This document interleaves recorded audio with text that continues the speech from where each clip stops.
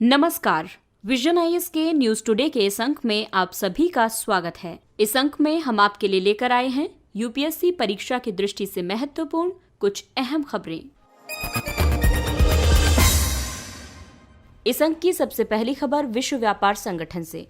हाल ही में विश्व व्यापार संगठन ने वर्ष 2020 की विश्व व्यापार रिपोर्ट यानी WTR जारी की है। दरअसल WTR एक वार्षिक प्रकाशन है जिसका उद्देश्य व्यापार में आई प्रवृत्तियों, व्यापार नीति के मुद्दों को समझना और बहुपक्षीय व्यापार प्रणाली के बारे में भी समझ को सुदृढ़ करना है। WTR 2020 तेजी से डिजिटल होती विश्व अर्थव्यवस्था में नवाचार एवं प्रौद्योगिकी नीतियों की भूमिका का पर्यवेक्षण करती है। साथ ही इस परिवर्तित होते संदर्भ में विश्व व्यापार संगठन की भूमिका की व्याख्या भी करती है। आइए अब जानते हैं WTR रिपोर्ट की मुख्य विशेषताएं। डिजिटल युग में सरकारों द्वारा व्यापक रूप से नवाचार एवं तकनीकी उन्नयन के माध्यम से विकास को बढ़ावा देने पर लक्षित नीतियां अपनाई जा रही हैं। भारत में डिजिटल इंडिया पहल का उद्देश्य डिजिटल बुनियादी ढांचे का विस्तार करना और नागरिकों को डिजिटल रूप से सशक्त बनाना है। रिपोर्ट में चेतावनी दी गई है कि डिजिटल अर्थव्यवस्था के प्रति संक्रमण का सकारात्मक और ऋणात्मक फ्लोटिंग इफेक्ट हो सकता है। आपको बता दें कि सकारात्मक प्लवन प्रभाव यानी फ्लोटिंग इफेक्ट समृद्धि करना, नए बाजार निर्मित करना और प्रौद्योगिकी प्रसार को प्रोत्साहित करना इत्यादि को दर्शाता है, जबकि ऋणात्मक फ्लोटिंग इफेक्ट व्यापार को विकृत करने, निवेश के दिशा परिवर्तन को संदर्भित करता है। इसके साथ ही ये कुछ डिजिटल उद्योगों के सर्वोच्च स्तर के प्रतिस्पर्धियों की अनुचित प्रतिस्पर्धा को बढ़ावा देने को भी दर्शाता है। कोविड-19 महामारी के कारण डिजिटल प्लेटफॉर्म और प्रौद्योगिकियों की स्थानांतरण की गति तीव्र होने की संभावना है। वहीं ये रिपोर्ट प्रशुल्क निवेश और कर प्रोत्साहनों पर अधिक केंद्रित पारंपरिक नीतियों की बजाय नई नीतियों की अनुशंसा करती है, जैसे कि सहयोगात्मक अनुसंधान एवं विकास का समर्थन, क्लस्टर के माध्यम से ज्ञान का प्रसार और प्रौद्योगिकी केंद्र, डेटा नीतियां आदि।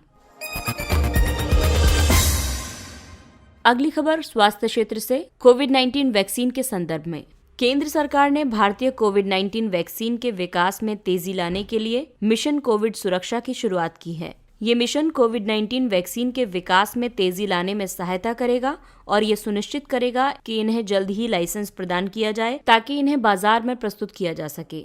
मिशन ये सुनिश्चित करेगा कि अनुमोदन प्राप्त होने के बाद इन वैक्सीन खुराक की पर्याप्त मात्रा में आपूर्ति हो। मिशन कोविड सुरक्षा का नेतृत्व जैव प्रौद्योगिकी विभाग द्वारा किया जा रहा है।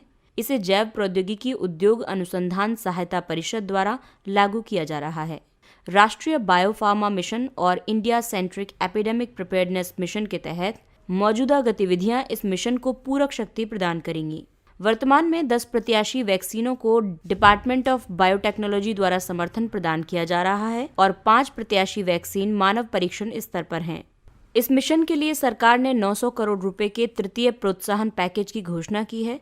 इससे कई क्षेत्रों में लाभ प्राप्त होंगे, जैसे पूर्व नैदानिक और नैदानिक विकास में तेजी आएगी, नैदानिक परीक्षण स्थलों की स्थापना में तेजी आएगी, मौजूदा प्रतिरोध परीक्षण प्रयोगशालाओं, केंद्रीय प्रयोगशालाओं और जानवरों के अध्ययन के लिए उपयुक्त सुविधाओं, उत्पादन सुविधाओं को सुदृढ़ किया जा सकेगा। सामान्य सामंजस्य प्रोटोकॉल, प्रशिक्षण, डेटा प्रबंधन प्रणाली में मदद मिलेगी। नियामक प्रस्तुतियों, आंतरिक और बाहरी गुणवत्ता प्रबंधन प्रणाली तथा मान्यता के विकास में समर्थन हासिल होगा। इसके साथ ही कोविड-19 प्रत्याशी वैक्सीन को शीघ्र लाइसेंस प्राप्त करने में सहयोग मिलेगा। अगली खबर किराएदारी अधिनियम से संबंधित है। सरकार द्वारा आदर्श किराएदारी अधिनियम प्रस्तुत करने की योजना बनाई जा रही है। आदर्श किराएदारी अधिनियम का उद्देश्य किराएदारों और गृहपतियों के बीच दायित्वों को स्पष्ट रूप से परिभाषित करके विश्वास में बढ़ोतरी करना है। इससे पहले जुलाई 2019 में सरकार ने आदर्श किराएदारी अधिनियम 2019 का प्रारूप जारी किया था। आइए जानते हैं आदर्श किराएदारी अधिनियम 2019 के प्रारूप के बारे में।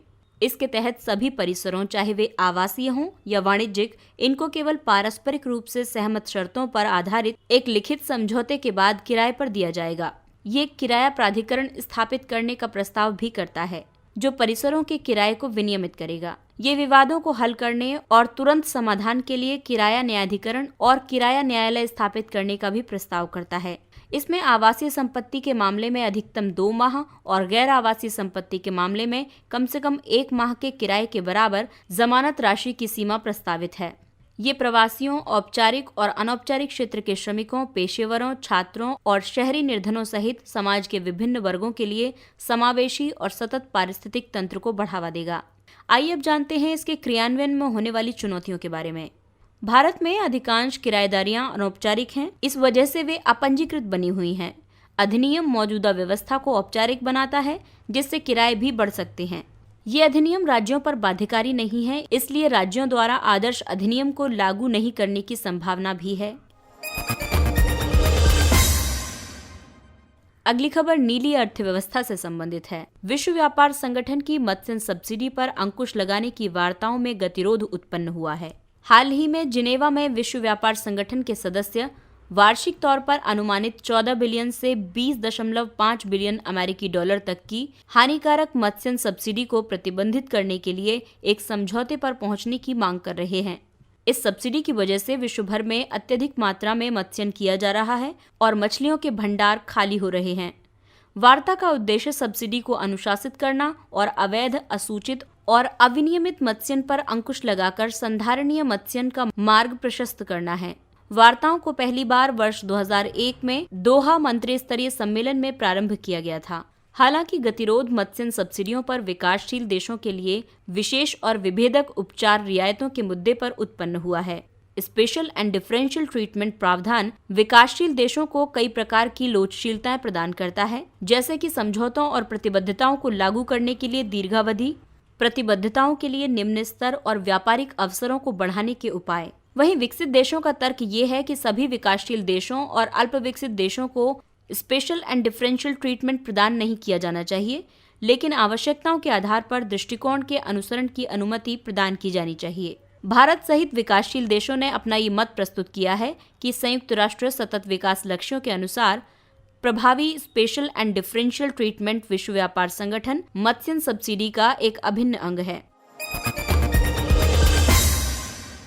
विद्युत तार से मध्य प्रदेश में एक हाथी की मृत्यु। भारत में हाथियों की आबादी के प्रबंधन में विद्युन्मत तार से हाथियों की मृत्यु चिंता का एक विशेष कारण बन गया है। लाइव वायर की वजह से होने वाले हाथियों की मौतों की संख्या 226 है। आपको बता दें कि वर्ष 2015 में 60.6% मृत्युओं का कारण लाइव वायर था। हाथियों के रिहायशी इलाकों में प्रवेश की वजह से वे स्वयं ही विद्युत तारों के संपर्क में आ जाते हैं। लगभग सभी हाथी अधिवास स्थल खेतों से घिरे रहते हैं, जहां स्थानीय लोग अपनी जीविका अर्जित करते हैं और निवास करते हैं। हाथियों के पर्यावास स्थलों से जुड़े हुए खेत अक्सर आसपास के हाथियों द्वारा फसल को हानि पहुंचाए जाने के लिए सुभेद्य होते हैं। प्रतिवर्ष भारत में हाथियों के खेतों में प्रवेश के दौरान 100 लोग और 40-50 हाथी परस्पर संघर्ष की वजह से मारे जाते हैं। भारत में हाथियों का 80% वितरण संरक्षित क्षेत्रों से बाहर है और मानव और हाथी संघर्ष सामान्य है।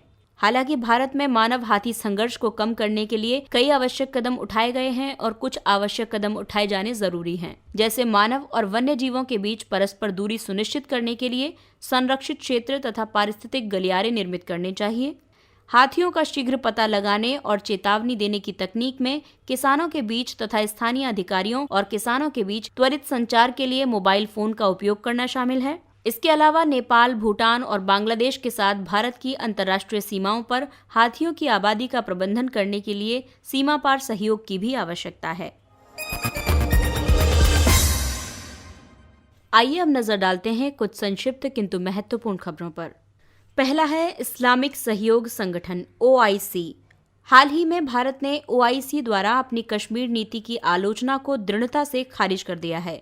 इस्लामिक सहयोग संगठन वर्ष 1969 में स्थापित एक अंतर सरकारी संगठन है। ये संपूर्ण विश्व के मुस्लिमों के हितों की रक्षा करने के उद्देश्य से 57 सदस्य देशों से मिलकर गठित हुआ है। इसके 11 पर्यवेक्षक हैं, जिनमें संयुक्त राष्ट्र, यूरोपीय संघ, साइप्रस, थाईलैंड, बोस्निया, रूस आदि शामिल हैं। ये संयुक्त राष्ट्र के बाद दूसरा सबसे बड़ा अंतर सरकारी संगठन है। भारत इस्लामिक सहयोग संगठन का न तो पर्यवेक्षक है और न ही सदस्य है। जलवायु आपातकाल यानी climate emergency. Green peas New Zealand ने न्यूजीलैंड सरकार से जलवायु आपातकाल घोषित करने का आग्रह किया है, क्योंकि लोग जलवायु परिवर्तन की वजह से जीवन की विनाशकारी क्षति और अधिक चरम मौसमी घटनाओं का सामना कर रहे हैं ऑक्सफोर्ड ने जलवायु आपातकाल को उस स्थिति के रूप में परिभाषित किया है जिसमें जलवायु परिवर्तन के न्यूनीकरण या रोकथाम और इसके परिणाम स्वरूप हो रही संभावित अपरिवर्तनीय पर्यावरणीय क्षति से बचने के लिए तत्काल कार्रवाई करने की आवश्यकता होती है। हाल ही में जापानी विधि निर्माताओं ने जलवायु आपातकाल घोषित किया है। जलवायु आपातकाल के तहत उन्होंने शुद्ध शून्य उत्सर्जन यानी नेट जीरो एमिशन के लिए समय सारणी विकसित की है। आरटी लैंप यानी reverse transcriptase loop mediated isothermal amplification technique.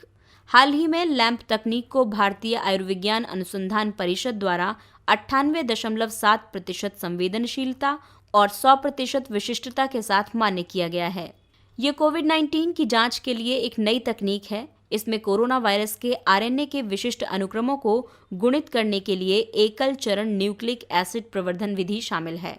Lamp तकनीक reverse transcriptase polymerase chain reaction यानी आरटीपीसीआर तकनीक की तुलना में लाभदायक है।